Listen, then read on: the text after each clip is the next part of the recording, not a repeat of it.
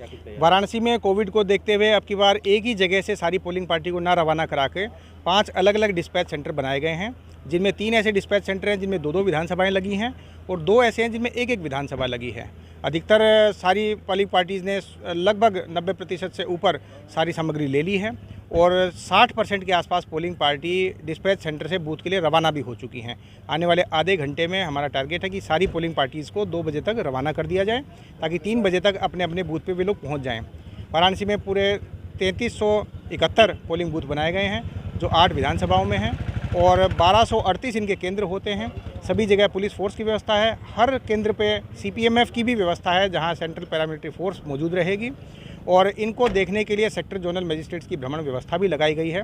वे सारे sector magistrate अपने अंतर्गत आने वाले लगभग 20 बूथ की सारी पोलिंग पार्टीज़ को रवाना करा रहे हैं और अब जाके सारी सुरक्षा व्यवस्था को, पोलिंग बूथ की व्यवस्था को, वहाँ सुविधाओं की व्यवस्थाओं को भी देखेंगे और इसके साथ ही सारी चीज़ें पूरी कराते हुए आज पोलिंग पार्टी को सेटल करके सारी तैयारियां करा देंगे ताकि कल निश्चित समय पे हमारा मतदान प्रारंभ हो जाए। सर, क्या कोई संवेदनशील बूथ भी है जिसके तहत सुरक्षा व्यवस्था वापस प्रबंध किए गए हैं, ऐसी कुछ देखने को मिला?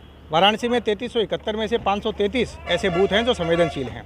संवेदनशीलता इस आधार पे है कि कहीं कोई पूर्व घटना हुई हो, कहीं कोई संवेदनशीलता की स्थिति राजनीतिक प्रतिद्वंदिता की वजह से, धार्मिक प्रतिद्वंदिता की वजह से, जातिगत कोई आपस में डिस्प्यूट हो या पूर्व में कोई वहाँ पे आपराधिक छवि के हिस्ट्री शीटर वगैरह लोग निवास करते हों, ऐसे सभी कुल 13 आधार पे क्रिटिकल जो बूथ हैं उनको सारे 2 महीने में चिन्हित किया गया था और जो ऑब्जर्वर्स आते हैं इलेक्शन कमीशन ऑफ इंडिया के, उनके माध्यम से उनके ऊपर पुलिस फोर्स की डिप्लॉयमेंट कराई गई है। लाइव वहाँ की वेबकास्टिंग होगी, उसके लिए वेबकास्टिंग के कैमरे वहाँ पर लगाए गए हैं। वहाँ पे माइक्रो ऑब्जर्वर भेजे गए हैं सेंट्रल गवर्नमेंट सर्विस के ताकि वो निष्पक्ष रूप से मतदान देख सकें और वहाँ कोई भी अगर संवेदनशीलता का बिंदु कल कोई आता है तो उसको बता सकें और निष्पक्ष रिपोर्टिंग कर सकें। तो जो भी वहाँ सुरक्षा की व्यवस्था, रिपोर्टिंग की व्यवस्था, लाइव टेलीकास्टिंग की व्यवस्था करानी होती है वो सारी कराई गई हैं।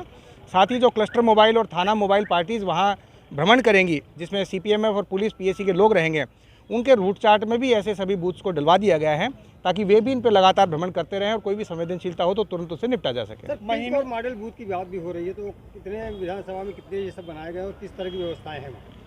महिलाओं के सशक्तिकरण के मैसेज देने के लिए कि सारे कार्य बूथ पे महिलाओं के द्वारा भी संचालित किए जा सकते हैं और एक बड़ा स्ट्रॉन्ग सिग्नल देने के लिए कि महिलाएं सारे काम करने में सक्षम हैं।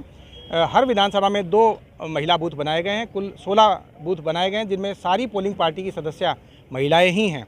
इसी तरह दिव्यांगों का सशक्तिकरण मैसेज देने के लिए 4 बूथ वाराणसी में ऐसे भी हैं जहां पे केवल दिव्यांग लोग ही पोलिंग पर्सोनल बनाए गए हैं और वही सारी वोटिंग करवाएंगे।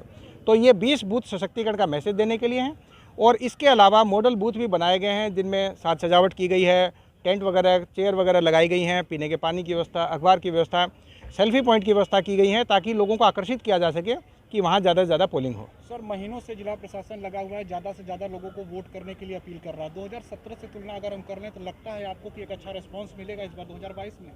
मेरा मानना है कि लोगों में जागरूकता बढ़ रही है धीरे धीरे। वाराणसी में पोलिंग पहले से ही कम होती है, 60% से भी नीचे लोग वोट देने के लिए जाते हैं। कुछ माइग्रेशन इसका कारण है कि कुछ लोग बाहर रहते हैं, लेकिन फिर भी जो यहाँ वाराणसी में लोग रहते हैं वो अधिकतर लोग जो हैं वो घर में बैठना पसंद करते हैं। ये 20-30% जो लोग वोट देने नहीं जाते हैं और जो जा सकते हैं, अब की बार उन्हीं को टारगेट किया गया है। स्वीप वोटर अवेयरनेस एक्टिविटी चलाई गई हैं, 1.5 महीने का सतत जो कार्य किया गया है वो विशेष रूप से उन्हीं पे फोकस किया गया है। जैसे मैं एग्जांपल दूं बीएचयू के कैंपस का, तो वहीं सबसे कम पोलिंग होती है जहां सबसे ज़्यादा पढ़े लिखे लोग हैं।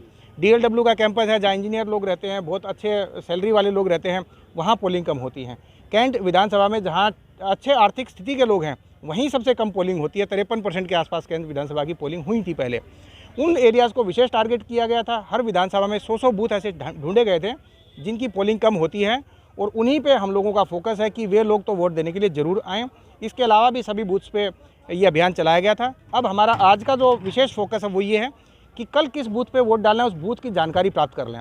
कई लोग सोचते हैं कि मेरा नाम वोटर लिस्ट में होगा और वो पुराने लोकसभा के बूथ पे ही वोट देने चले जाते हैं, जबकि 450 बूथ जनपद में नए बने हैं और पूरी संभावना है कि उनका बूथ बदल गया होगा, हो सकता है केंद्र भी बदल जाए। तो कौन सा केंद्र है, कौन सा बूथ है, कितने नंबर पे उसका वोटर क्रमांक है, वो सारी जानकारी हमारे nvsp.in पोर्टल पे जाके कर ले। चाहे वोटर हेल्पलाइन नाम की एक छोटी सी ऐप है वो डाउनलोड करके उस पर देख ले। एपिक कार्ड नंबर फीड करके इंटरनेट पे कई ऐसी साइट हैं जिन पे एपिक नंबर फीड करते ही उनका वोटर क्रमांक और बूथ का पता लग जाता है। आज पूरा स्वीप अभियान FM रेडियोज़ के माध्यम से, लाइव सोशल मीडिया के माध्यम से हम लोग चला रहे हैं कि बूथ की जानकारी कर लें। कल ऐसा ना हो कि पुराने बूथ पे चले जाएं, वहाँ वोटर लिस्ट पे नाम ना मिले और फिर ये अफवाह फैल जाए कि मेरा वोट कट गया। वोट जरूर एग्जिस्ट करता है, कहीं ना कहीं आसपास के बूथ पे होगा, पर उसको आज ढूंढ लें। इससे भी वोटिंग प्रतिशत 5 से 7% बढ़ता है। वो आज का कैंपेन इसी पे फोकस करके चलाया जा रहा है। Thank you.